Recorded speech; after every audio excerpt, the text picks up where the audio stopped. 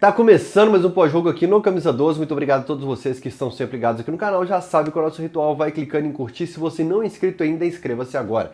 Outro dia aqui, eu assisto meus vídeos tudo no computador, mas outro dia no celular eu cliquei em curtir, apareceu o Hypar. Eu descobri que é o tal do Hypar, que eu comentei que vocês... Clicou em curtir, apareceu o Hypar. Hype o trem aí pro YouTube entender que é legal, beleza? Esse é o pós-jogo que demorou de verdade, proposital. Por quê? Meu amigo, nas últimas 2 semanas foi loucura a cabeça do atleticano, a mente, o coração, a alma. A gente vivia Libertadores de noite, a gente tenso pensando em diversos cenários para o jogo. E foi tão desgastante que eu me permiti ontem curtir um pouquinho mais. Estava no evento de rock aqui em Belo Horizonte, um monte de banda, deu o horário, tem que ir embora, não vai dar para assistir Pitty e tal, Raimundos, vambora. Assisti o jogo, mas depois do jogo, na hora de churrasquinho no aniversário da Rafa, minha amiga, e aí o pessoal falou, não, mano, fica com nós aí. E historicamente eu sempre iria. O Galo joga, por exemplo, domingo 4 horas da tarde. Minha família do interior tá toda aqui para dar um rolé.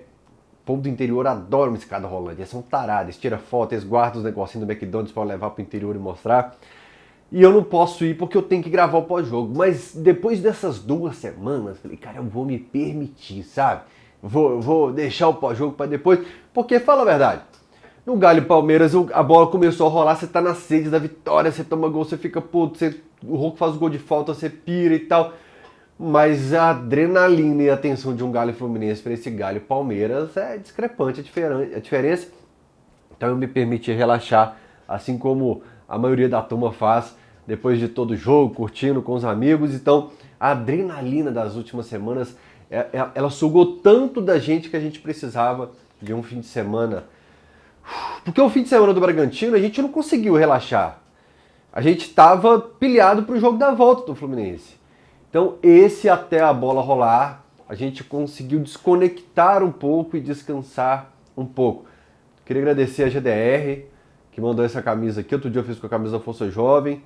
Eu vou ver se eu bastante caixa com camisa de torcidas, consulados, cidades. Eu peco muito por não conseguir usar tudo. Eu vou tentar começar a usar, alternar aqui nos vídeos, mas vai rolar a festa da GDR. Agora eu tô até com medo de já ter rolado, mas eu acho que não. O Fernandinho, meu amigo Fernandinho, mandou aqui e falou, Fael, é dia 13 de outubro. Quem quiser, é só mandar mensagem pro Bocão no WhatsApp. 98972-8647. 98972-8647. Grande abraço pro Bocão. Muita história de arquibancada, né, Bocão? Tamo junto. E muita gente me pergunta na rua onde eu consegui essas tacinhas aqui, ó. Mini troféus no Instagram. Esse aqui é meu amigo Maurício, lá de Contagem, que faz. Acho que ele deu uma pausa agora. Lembrei que agora que vocês sempre estão perguntando. E o Igor Galo Volpe Artesanal no Instagram, faz esses letreiros aqui.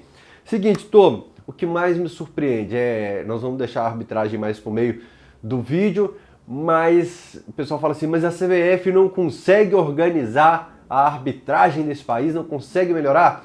Meu amigo, você tem o Campeonato Brasileiro como principal produto da CBF, a Copa do Brasil como segundo maior produto da CBF e faltando 3 dias para o campeonato, para a semifinal. Gente, eu não estou falando da primeira fase, eu não estou falando de Jaburu contra Iguarana, nem sei se os times existem na primeira fase disputando um jogo lá que você nem sabe, tem 84 times. Eu estou falando da semifinal. Me fala qual país do mundo tem a semifinal da sua Copa Nacional e faltando 3 dias você não sabe horário, estádio, quem transmite, sabe nada. Soube depois do jogo, na noite de sábado, para um jogo na quarta-feira. É referência mundial em desorganização a CBF. Você espera que ela consiga administrar alguma coisa? Turma, depois dos jogos eu sempre tive um ritual de acessar o site da CBF para ler súmula. Gosto de ler súmula, gosto de ler juiz, anotar como é que foi o juiz com atitude no jogo, gosto de tirar dúvida de cartões, né?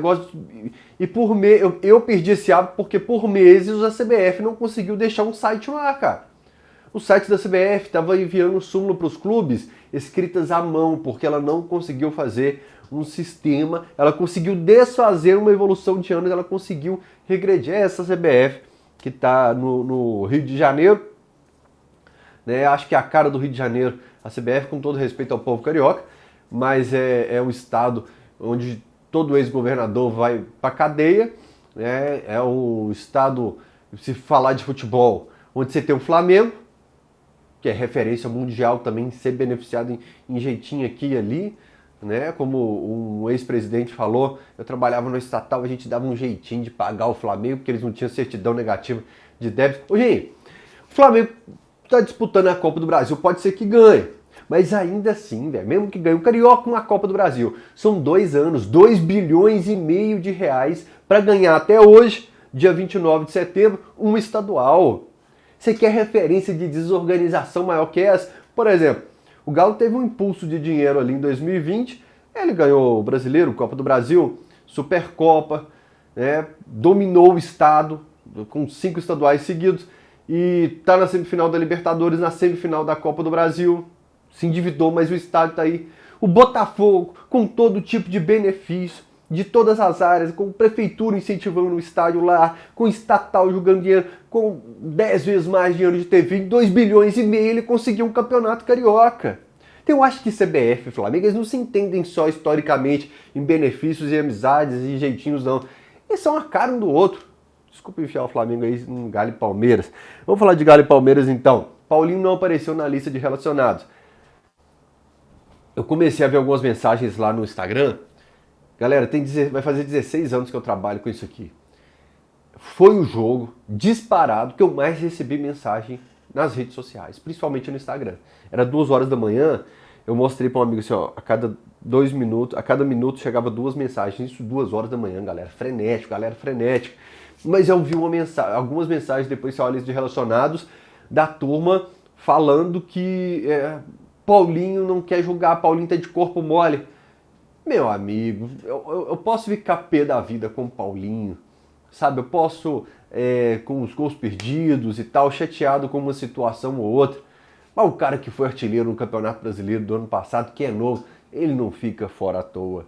Ele não fica. Não é por corpo mole, não é porque tá perdendo gol, que a comissão técnica tá puta com ele. Obviamente, né? Ele entrou dia 24 de agosto contra o Fluminense do Mineirão, derrota no segundo tempo, entrou para tomar cartão ali e não viajou para o jogo contra o Grêmio, não foi relacionado para o jogo contra o Bahia, não foi relacionado para o jogo contra o Bragantino, não foi relacionado para o jogo contra o Palmeiras. Futebol tem muita coisa complexa, muita coisa nas entrelinhas, mas tem coisa que é beabá.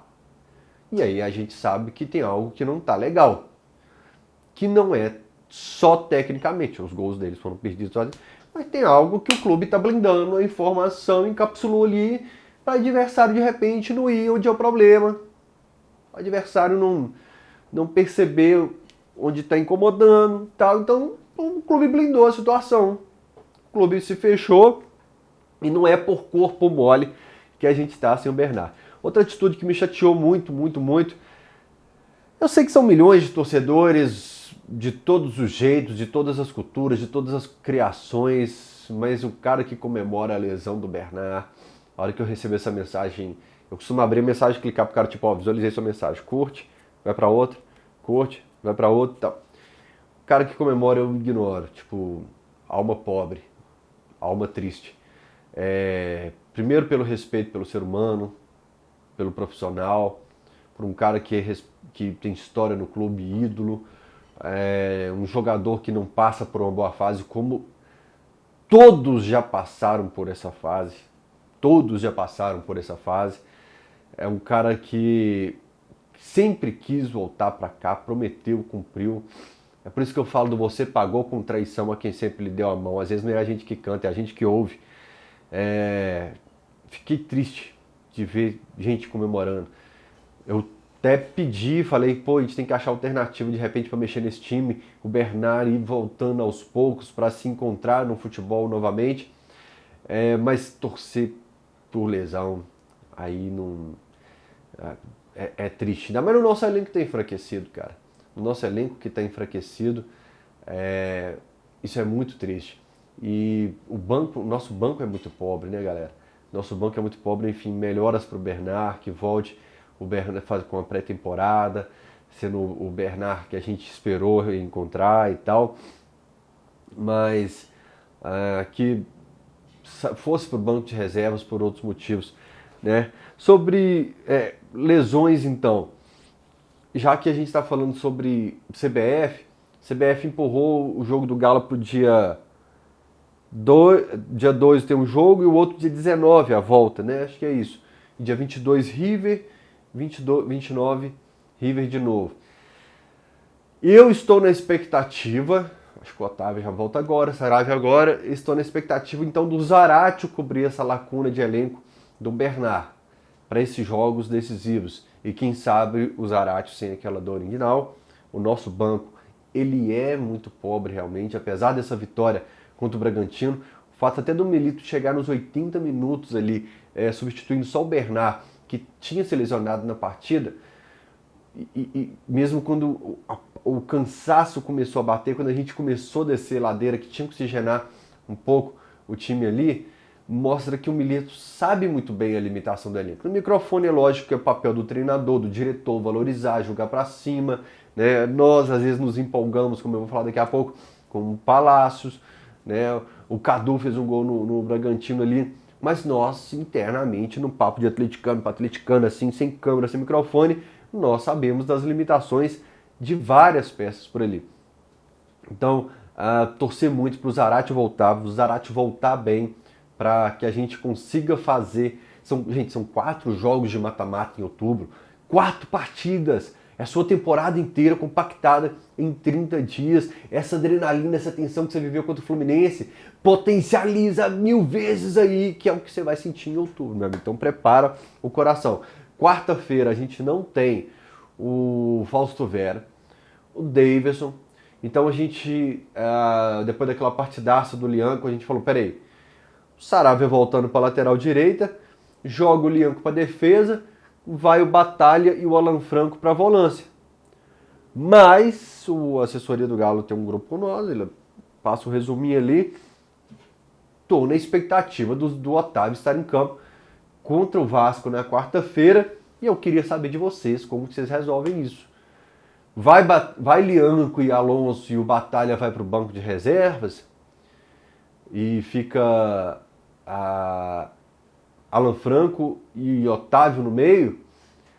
Como o Lianco não foi para o jogo contra o Palmeiras, a assessoria falou sobre uma pequena entorse, isso mesmo.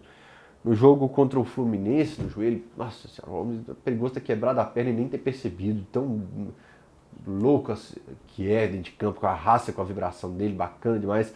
E aí, talvez a má notícia para nós se torne a resposta para essa escalação. E ele continue com o Batalha, que ele mostrou que gosta do Batalha, né? Para sair da área, na marcação individual, no combate, para saída de bola. A Massa, eu acho que na urna eletrônica do Camisa 12, ninguém votaria para o Lianco, 95% não votaria para o Lianco sair desse time depois da partida que fez contra o Fluminense. Eu vou deixar a votação aqui, não vou fazer enquete, eu esqueço disso. Mas quem está aqui comenta qual seria a sua escalação para o jogo contra o Vasco, considerando Saravia e Otávio no time. Comenta aqui qual seria essa sua escalação. Galo e Palmeiras, finalmente. Cara, é inevitável a gente não ficar falando do Bragantino, falar do Fluminense, hoje não falar do Vasco, que é o tempo todo, cara. 10ª posição no Campeonato Brasileiro. Você tá no Rock in Rio, no outro dia você tá numa festinha no Coreto do Parque Municipal. Então, assim, poderia ser tem a briga por G6 ainda. A gente sonha em garantir a vaga na Libertadores para virar G7, 8. A gente tem que estar atento aqui.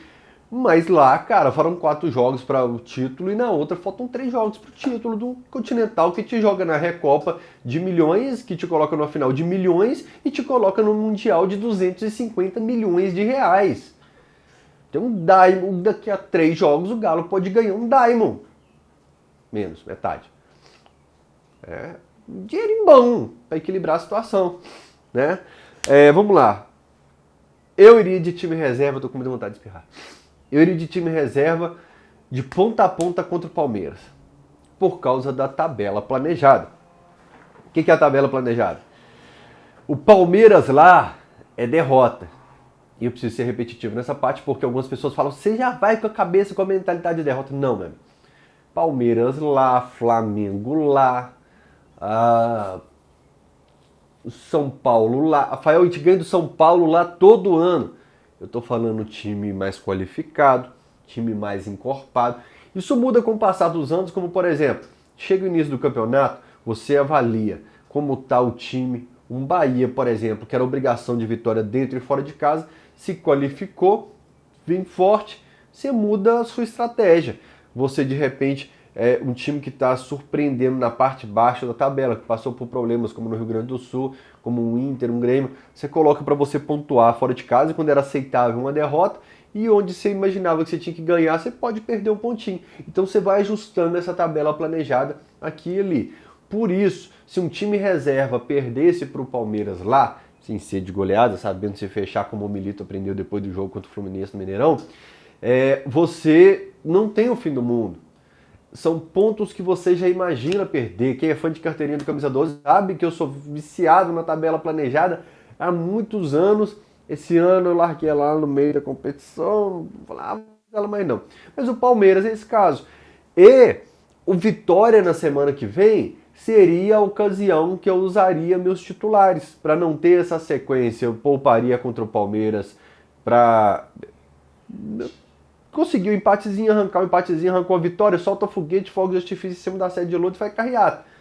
Perdeu não é o fim do mundo, mas perder pontos pro Vitória aqui é. Entendeu?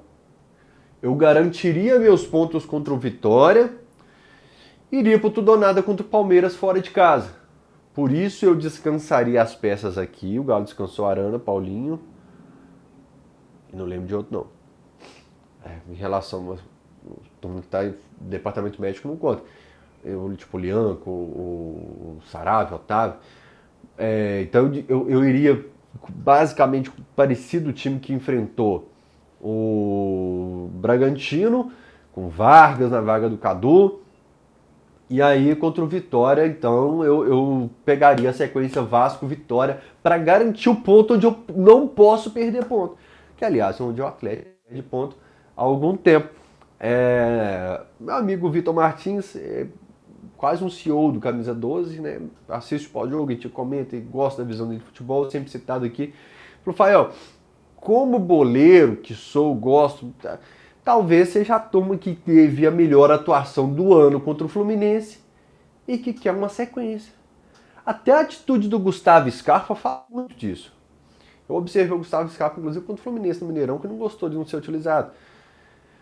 E talvez aquela atitude do Gustavo Scarpa mostra isso, tipo, ele falando, não, ele vai me tirar, né, que foi captado ali.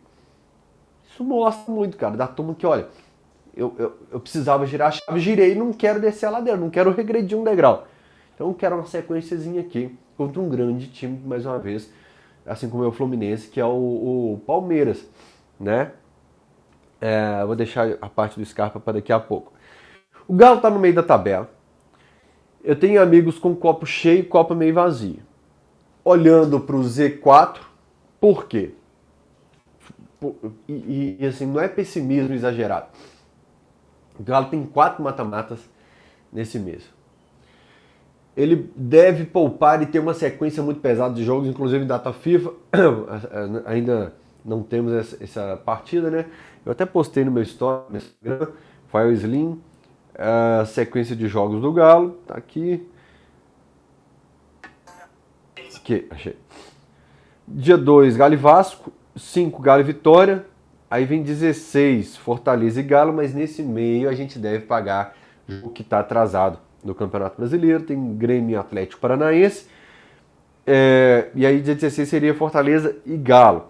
Então, nesse meio de tabela aí, vai ficar muito pesado. Realmente a gente deve, talvez até nesse jogo que está pagando aí, alternar contra o Vitória também, descansar depois do jogo contra o Vasco. E se você tem que descansar, vamos dizer, 4 vezes no mês também, a turma do Z4 vem chegando. E se você não conseguir os pontos necessários, pode te assustar ou deixar, assim, incomodar. A sensação que está te incomodando. Porém, o Galo ganhando os 2 jogos que faltam, Grêmio e Palmeiras, ele já vai se garantindo ali perto do bloco que vai para a Libertadores ano que vem. Então deu ruim na Copa do Brasil e na Copa Libertadores, meu irmão, eu já estou aqui, voltei para o campeonato, daqui ninguém me tira, eu estou na Libertadores de 2025. Nesse momento, você percebe que é mais palpável, e até pelo futebol apresentado do Fluminense, a gente pega o Vitória em casa, é sonhar com essa parte de cima da tabela, porque depois do Vitória, quem sabe você tem depois de 5 dias um jogo pagando pelo Campeonato Brasileiro, você consegue ir mais uma vez com o titular, ganha, meu amigo, tropeça que a turma de cima, você tá colado neles ali, cara. Você tá colado neles aqui para garantir, para não ter problema. Então é mais palpável nesse momento, assim, olhar para cima, sem esquecer, porque o cara tá no meio de tabela em tudo, galera. Você pega melhor mandante, melhor visitante, eu gosto mais das informações do aplicativo da UFMG, defesa, ataque, cara, nas últimas 10 rodadas, tudo o Galo tá no meio de tabela. Então é basicamente isso, é cair lá o tempo todo. Quanto o Palmeiras lá, deixa eu contar pra vocês das minhas planilhas, cara. Eu tenho desenvolvido assim, uns negócios para, por exemplo, Galo e Fluminense, eu fiz o histórico lá, eu printo lá, tô postando no Blue Sky, a sequência positiva de Galo e Fluminense. Galera, por exemplo, do Palmeiras eu parei em 2021, janeiro de 2021, porque vocês lembram que acabou o Campeonato Brasileiro por causa daquele negócio que aconteceu no mundo, janeiro de 2021, eu parei ali. De 2011 até janeiro, o Galo tá tipo com 10 vitórias contra 4 do Palmeiras, e dali pra frente é um monte de empate, cara. É curioso como que alguns times, mesmo com o timaço, o Palmeiras passou perrengue, né? Caiu em 2012. Mas há algum tempo tem um timaço e mesmo assim a entrevista do jogador do Palmeiras no intervalo fala sobre isso. São sempre bons jogos, grandes jogos, e o Galo tem conseguido bons resultados. Por isso, eu acho que se não fosse aquilo que aconteceu do pênalti mal marcado, a gente conseguiria mais um empate, pelo menos mais um empate ali, muito interessante contra o Palmeiras. Realmente, galera, estudar números do Atlético é uma loucura. Você pega um Bragantino, tipo, 13 jogos, deve ter uns 11, 10 empates no Bragantino. É loucura, cara, loucura. Goiás, Criciúma, pau quebrando, paulada pra cá, tá. Número pau, Galo em desvantagem. Galo e Flamengo, por exemplo, no Campeonato Brasileiro, é diferença de uma vitória a favor do Flamengo. Eu era criança, eu pegava os números do placar, contra quem o Galo tem vantagem, eu ficava, não, vamos melhorar isso aqui. Então eu frito nisso desde pequenininho. Contra o Flamengo, contra o Fluminense a gente tem vantagem, São Paulo, né? Pau, o Galo tem um número positivo contra o São Paulo, contra o Cruzeiro tem um número positivo. Contra o Vasco é empatado em Campeonato Brasileiro. Deve ter umas 29 vitórias para cada um. O Vasco é empatado. O Vasco que, apesar de ter passado perrengue historicamente, um timaço, um time que era muito gostoso, que dos anos 2000 ali de assistir e tal. Enfim, voltando para a partida, Scarpa puto. Pega meu comentário do dia que ele brigou com o Hulk lá e traz pra cá. É futebol. Ele vai discutir com o Hulk, ele vai querer ficar dentro de campo, e que bom que tem um Scarpa querendo jogar. O que me incomodava era Depois seria injusto se eu citasse aqui o Diego Souza em 2010. Esses caras assim que vieram e que sentaram no contrato, como um termo que muito usado pelo Sete Câmara, os caras sentavam no contrato e pro Atlético se usava, se não usava, aqueles do Cearense da vida, os caras não estavam nem aí, os mais jovens. Eu tô falando de grandes jogadores. Inclusive, quando o cara do Palmeiras chutou quase do meio campo, quase fez o gol, lembrei do Diego Souza na hora. A gente trouxe no ano seguinte, usou a camisa 1 no Atlético, não arrumou nada. Do Cearense, uns caras que o Atlético começou a trazer que tanto faz, tanto fez, eu vou ficar no meu contrato aqui, se você quiser me usar e tal. Então eu prefiro os caras com gana de vencer, de estar dentro de campo, de discutir, de cobrar evolução, posicionamento. Hulk e Scarpa discutiram, jogaram bola pra cacete no jogo da volta e pronto, e decidiram, e o Galo tá na semifinal, né? Mas aí agora vem a parte dos pênaltis. Primeiro, antes de falar da arbitragem, eu sempre cito a pergunta de Guilherme Frossar esqueci o nome do nosso treinador, Gabriel Milito, que o Milito ficou puto e tal. Você não valoriza o positivo, você só tá valorizando o negativo. E o Frossar falou, não, mas eu tenho que falar também, tem que falar, aconteceu. Final do Campeonato Mineiro, o Batalha entrega o gol pro Matheus Pereira, perde a bola ali feio, o Saravia contra o São Lourenço, contra o Cerro Porteño, o Rosário Central, o Alan Franco, a torcida vai até o Gêmeos, vai errado. Alguns jogos, me lembrem outros aí, tem mais uns 3, que a gente entregou gols assim na saída, né? O Bruno Fux contra o Fluminense no Mineirão. E ontem um pênalti desnecessário do Rubens. O Rubens cai igual uma jaca para trás ali. Então o Atlético se complicando. O primeiro pênalti eu acho que não foi. Tem atleticano que acha que foi. Você acha que foi? Comenta aí. Tô tentando não ser clubista nessa área, mas é futebol de contato. Se você tem contato aqui, o jogador valoriza. O único jogador que passou no Brasil que não fazia isso era o Lucas Prato. O Lucas Prato, você dava butinada, soco, tapa, o Lucas Prato igual um trator para cima, tentando fazer o gol. Ele não era de cair e se jogar, não. Mas o jogador no Brasil sentiu a mão no ombro, ele, ai meu Deus, eu não aguento mais, acabou, e tá pedindo pênalti. Mas o Atlético, naquele lance do Rubens, eu acho que é aquilo que eu falei do maior inimigo do Atlético, ser o próprio Atlético.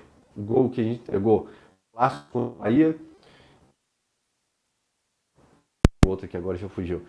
Mais um que passou aqui na minha cabeça, né? Então o Atlético se complicando é aquele gol do Rubens. Se faz o beabá, não tem necessidade de fazer. Aliás, o Rubens e Palácio, 2 caras jovens que a torcida pediu. O Palácio, depois do gol depois da grande atuação contra o Grêmio no Sul, a torcida pede.